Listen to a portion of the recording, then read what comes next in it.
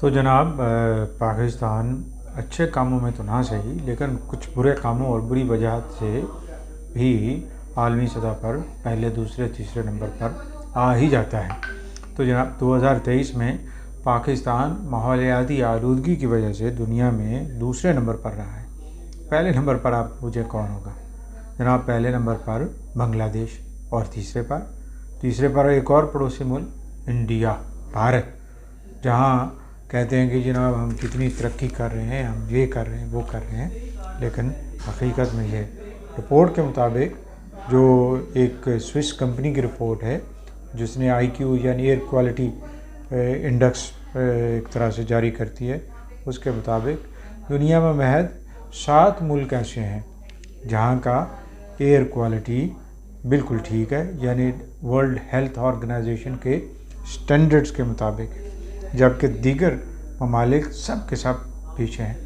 وہ 7 ممالک جو یورپین ہیں وہاں پہ معیار زندگی بھی بہت بہتر ہے۔ رپورٹ میں بتایا گیا ہے کہ 2023 کے دوران بنگلہ دیش میں انسانی صحت کے لیے خطرناک ذرات کافی کیوبک میٹر 79.9 مائکرو گرام رہا تھا، جبکہ پاکستان میں یہ سٹینڈرڈ 73.7 مائکرو گرام فی کیوبک میٹر ریکارڈ کیا گیا۔ WHO کے مطابق ایسے ضرر رساں ذرات کا فی کیوبک میٹر ارتکاز بالعموم 5 مائکرو گرام سے زیادہ نہیں ہونا چاہیے۔ تو یہ آپ کتنے گنا ہو گیا؟ یعنی 15-20 گنا یہ زیادہ ہے۔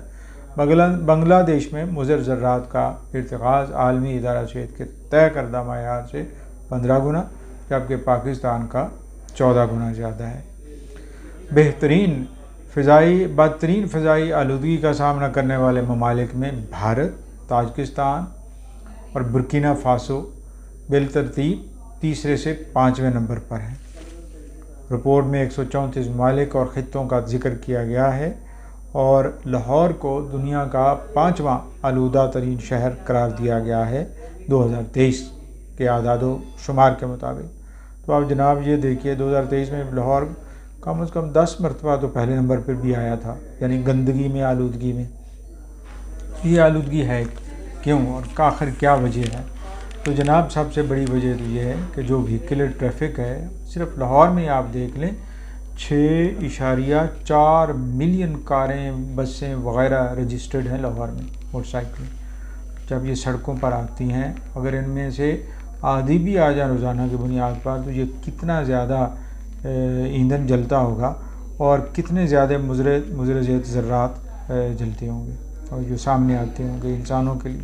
ان کا اثر لنگز پہ آتا ہے، یعنی سیدھا پھیپھڑوں پہ ہوتا ہے۔ اس کے علاوہ آپ کو ڈپریشن اور اس طرح کی بیماریاں لاحق ہو سکتی ہیں، اور اس کے علاوہ اور بھی بیماریاں ہو سکتی ہیں جن سے بچنے کے لیے حکومت کو، عوام کو، سب کو کردار ادا کرنا چاہیے۔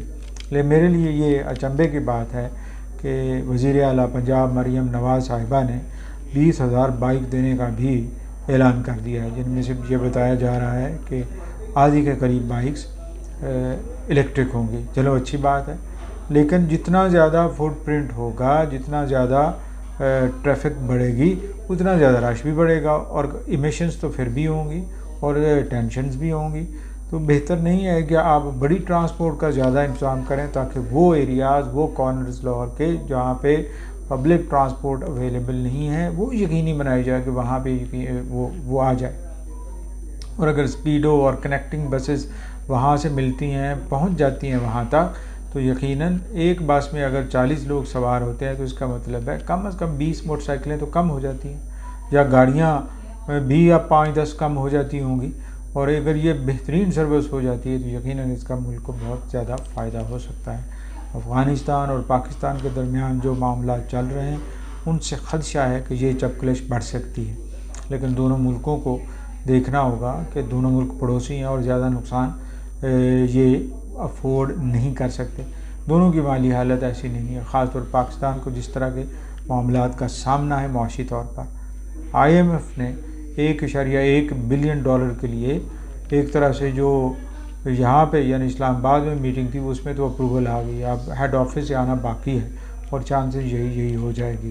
تو ایک طرح سے یہ قرضہ اور صحیح، اس قرض کے آنے سے دیگر جو قومیں ہمیں قرض دینے کے لیے تیار بیٹھی ہیں یا جن سے معاملات طے ہونا باقی ہیں وہ بھی ہونے کے چانسز ہو سکتے ہیں۔ سعودی عرب کے ساتھ خاص طور محمد بن سلمان کے ساتھ، شہزادے کے ساتھ ملاقاتیں ہو چکی ہیں ہمارے ہائی اپس کی، اور چانسز یہی ہیں کہ وہاں سے انویسٹمنٹس آئیں گی۔ لیکن سب سے کہیں بہتر یہ نہیں ہے کہ ہم بزنس کی طرف جائیں، ہم خود قرضے اپنے اتارنے والے ہوں اور ہم ملک کے اندر ایسے نظام کو رواج دیں جس میں اخراجات زیادہ ہوں، سادگی پسندی زیادہ ہو۔ تو یہ آسٹریٹی میئرز یعنی پیسے بچانے والے میئرز کب ہم لیں گے؟ اس وقت لیں گے جب ہم قرض میں مزید ڈوب جائیں گے یا ابھی لینا شروع کر دیں۔